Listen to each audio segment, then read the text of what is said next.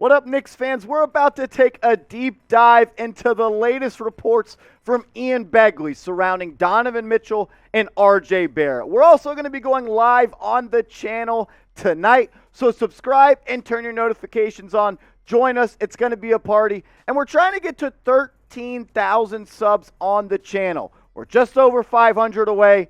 And the way I think this video is going to pop off, we could get there today. If you love the Knicks and you just want this Donovan Mitchell saga to be over, go down right now and hit that big red button.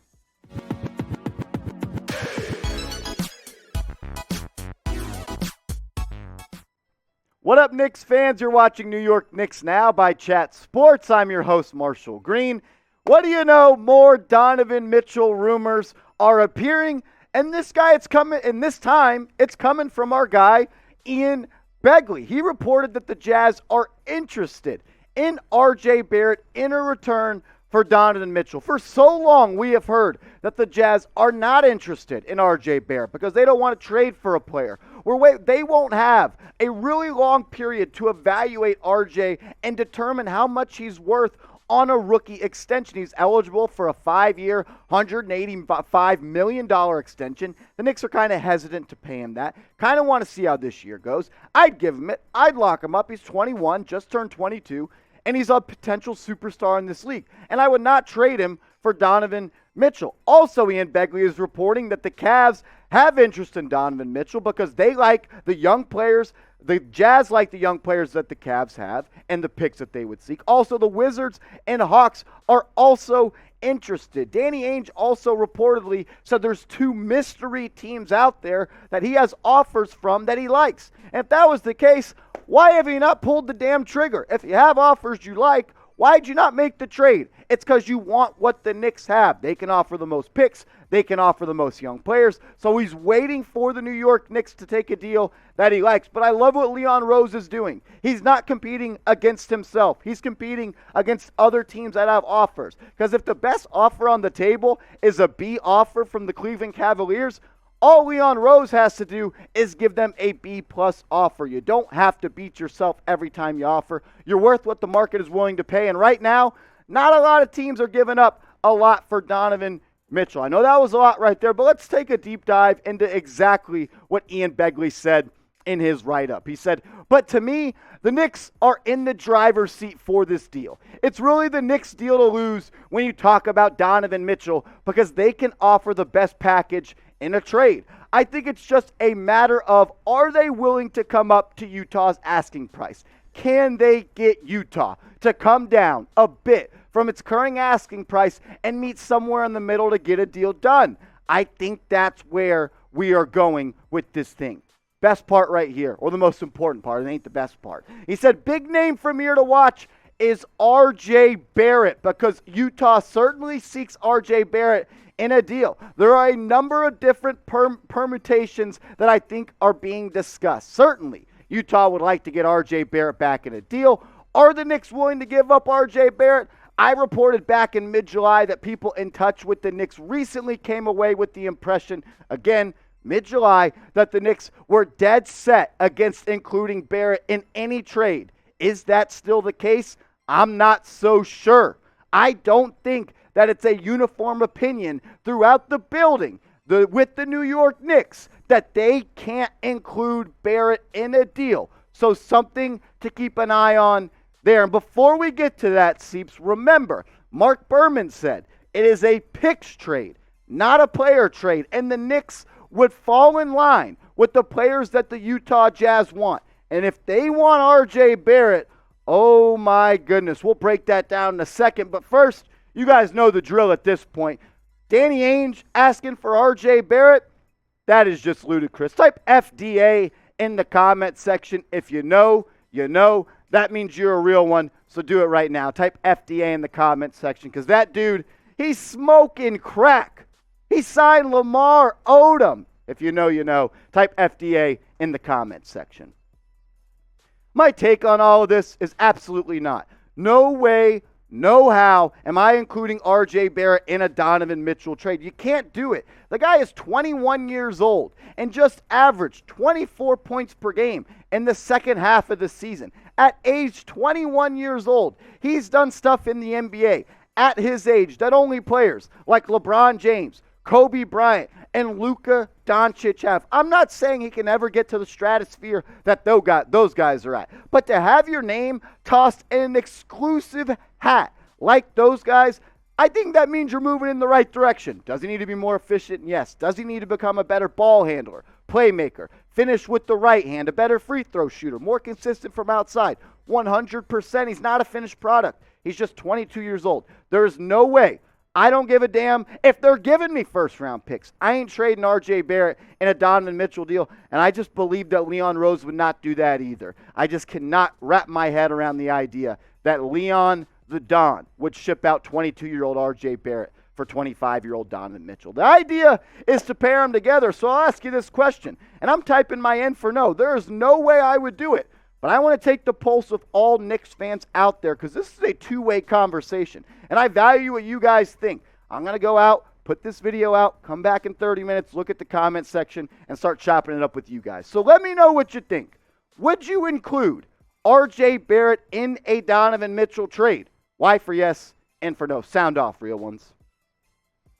Let's break down kind of the player that R.J. Barrett is, because if you're a friend of the show, you know that I love him. And I think it's for good reason. Every single year he's got better. 14 points to 17 points to 20 points. The efficiency went from 40 to 44 with an increase in volume and usage. Then his volume and usage went to another stratosphere this past year, and the efficiency certainly took a dip back down to 40.8% from the field and 34% from three. Can he be somewhere in the middle? Can he be a 43% field goal shooter and a 36% three-point shooter? I think that is very, very possible for this upcoming season. And I think you got to look at more so the final 42 games of the season, because when you go back and you take a step back and you think how the first 40 games of the season played out, RJ was the fourth option behind a guy like Kemba Walker and Julius Randle and Evan Fournier. That's who the offense was being run through. RJ Barrett was stuck in that corner and was strictly just a catch and shoot guy. But when he got to put the ball on the deck and run this offense, he did it with great potential and production. 23.6 points per game, almost 4 assists, 42% from the deck, and 35% from three at the age of 21. I ain't giving up on a player like that. And I know Donovan Mitchell is great. You can see the stats right here. There's no doubt about it. He's a bona fide superstar. 3-time All-Star, 25 years old, already won 2 playoff series in his young NBA career. He's a walking 30-point bucket anytime he steps into a series. Just pull that back up, Seeps. We won't go to it. I'll just read it. But like this past year, 25 points per game, 5.3 assists, 45% from the field, and 35% from downtown. He's an efficient scorer. He's going to get you 25 points night in and night out. And when the game is on the line and the playoffs are here, when he has to play his best, he does that. In 39 career playoff games, he's averaging 28 points per game and 4.7 assists with great efficiency. He has multiple 50-point games in the playoffs. This dude is a walking bucket. But no way am I trading him being R.J. Barrett for Donovan Mitchell. And you can just go through these kind of quickly. They'll just be B-roll here.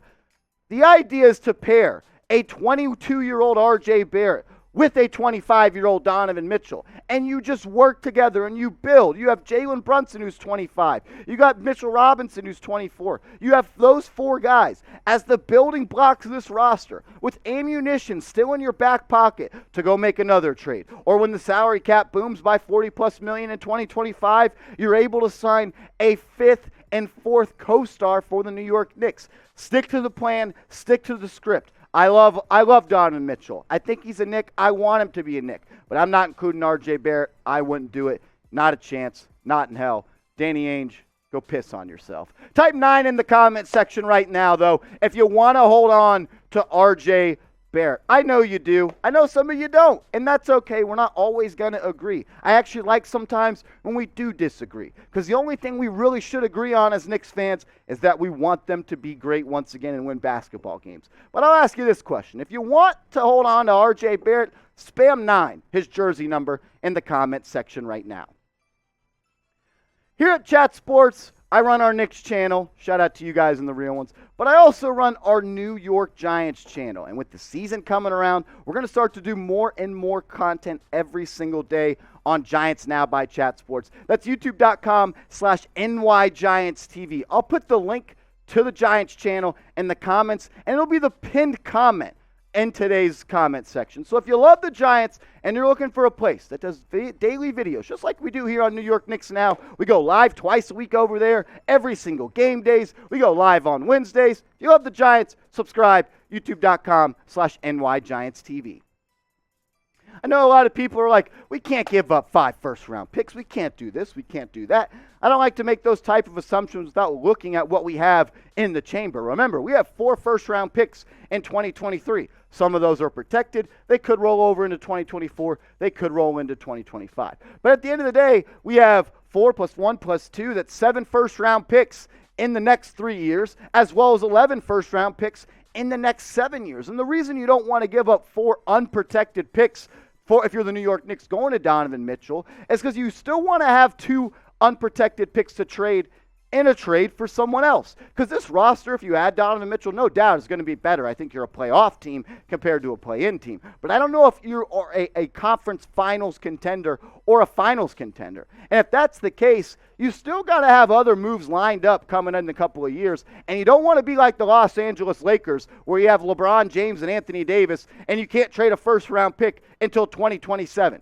You don't want to be in that spot. You don't want to overpay. You don't want to give up all of the assets. You want to hold on to some. So when another deal comes available, you're able to make a strong, strong offer. We also have a bunch of players on this roster, 10 of them to be exact, under the age of 25. And the reason I'm showing this is because at some point, you will have to consolidate roster spots. You have 22 picks over the next 7 years. 22 picks over the next 7 years. 11 firsts, 11 seconds. And you have 10 players on your roster under the age of 25. There's no way you're making 22 picks in that time frame. Leon Rose got those picks to be able to package them with some of these young players to go and get superstar level talent in the NBA. So if you're a guy, if you're a Knicks fan, if you're a lady that wants the Knicks to build through the draft and hold on to all of their young players and make 22 selections over the next 7 years, I'm here to tell you that's not going to happen. And I think you got to reevaluate what the Knicks are doing. They're telling you what they're doing. They want to add stars, they want to consolidate assets, and they want to win right now. I want to bring on my guy, Patrick Seatman, Knicks Now producer.